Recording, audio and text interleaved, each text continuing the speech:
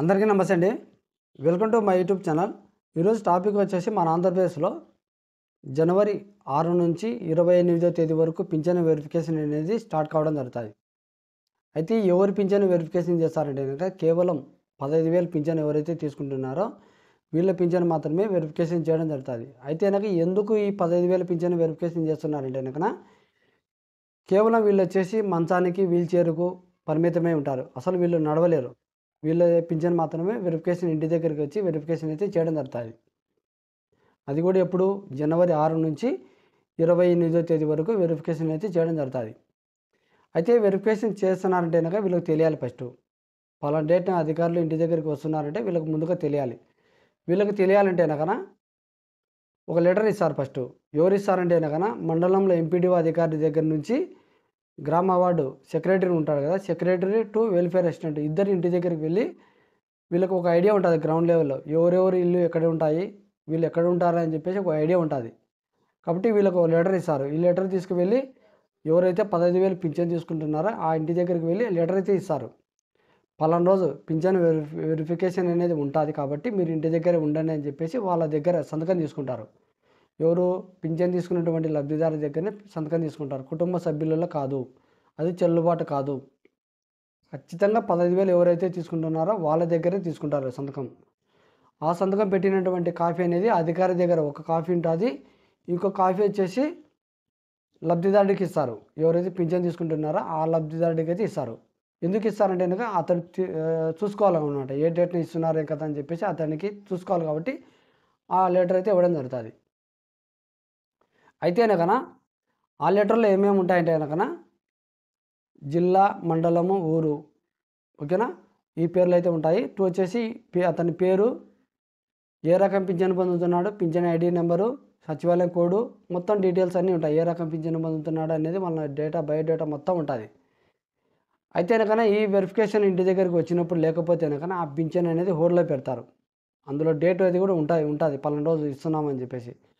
ఆ డేటు, ఆ letter A డేట్ని ఇస్తున్నారనే date ఉంటుంది. టూ వచ్చేసి ఏ డేట్ని వెరిఫికేషన్ చేస్తున్నారు అనేది కూడా దాంట్లో పొందుపరచడం జరుగుతుంది. ఓకేనా, ఆ డేట్ ఇంటి దగ్గరికి వచ్చినప్పుడు ఖచ్చితంగా ఉండాల్సిందే. లేకపోతే కనుక మీ పింఛన్ హోల్డ్లో పెడతారు. ఒకవేళ ఇంటి దగ్గరకు వచ్చారు, ఇతడు మానసికంగా ఆరోగ్యంగా ఎటువంటి ఇబ్బందులు పడుతున్నాడు, ఇతడు పింఛన్ తీసుకునే టయానికి ఇప్పటికీ ఏమైనా రికవరీ అయినాడా కాలేదా అనేది కూడా చెక్ చేస్తారు. అప్పుడు పింఛన్ తీసుకునే టయానికి మానసికంగా ఆరోగ్యంగా బాగలేడు, అప్పుడు పింఛన్ లబ్ధి పొందుతున్నాడు, ఇప్పుడు ఏమన్నా రికవరీ అయినాడా లేదా. ఒకవేళ రికవరీ ఏంటి కనుక పింఛన్ తీసేస్తారు. దాంట్లో ఎటువంటి డౌటే లేదు. రికవరీ కాకపోతే కనుక ఖచ్చితంగా పింఛన్ అనేది కంటిన్యూ చేయడం జరుగుతుంది. ఓకేనా. అయితే కనుక ఇది వచ్చేసి 18 ప్రశ్నలు ఉంటాయి. దీంట్లో 18 ప్రశ్నల ఆధారంగా వెరిఫికేషన్ అనేది స్టార్ట్ చేయడం జరుగుతుంది. ఆ 18 ప్రశ్నలు అనేది నేను నెక్స్ట్ వీడియోలో చెప్తాను. ఖచ్చితంగా మనకు జనవరి 6 నుంచి 28వ తేదీ లోపల వెరిఫికేషన్ అనేది చేయడం జరుగుతుంది. కాబట్టి అందుబాటులో ఉండి వెరిఫికేషన్ అయితే చేయించుకోండి. అయితే ఇందులో నేను చెప్పేది ఒకటే, మీరు నిజంగా అర్హత కలిగి ఉంటేనే కనుక ఎవరికి ఎటువంటి టెన్షన్ పడాల్సిన అవసరం లేదు, ఎవరికి భయపడాల్సిన అవసరం లేదు.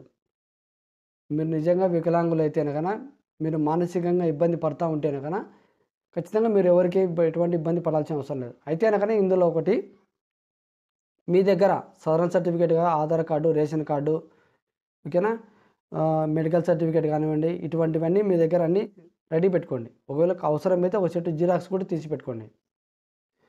ఇది కాకుండా మనకు ఫిబ్రవరిలో 6,000 రూపాయలు, 10,000 రూపాయలు పింఛన్ తీసుకునేటువంటి లబ్ధిదారుల వెరిఫికేషన్ అయితే ఉంటుంది. ఇక్కడికి క్లోజ్ అవుతుంది. ఓకేనా. దాని తర్వాత వచ్చేసి 6,000 రూపాయలు, 10,000 రూపాయలు తీసుకునేటువంటి పింఛన్దారులు ఉంటారు కదా, వీళ్ళ వెరిఫికేషన్ అనేది స్టార్ట్ కావడం జరుగుతుంది.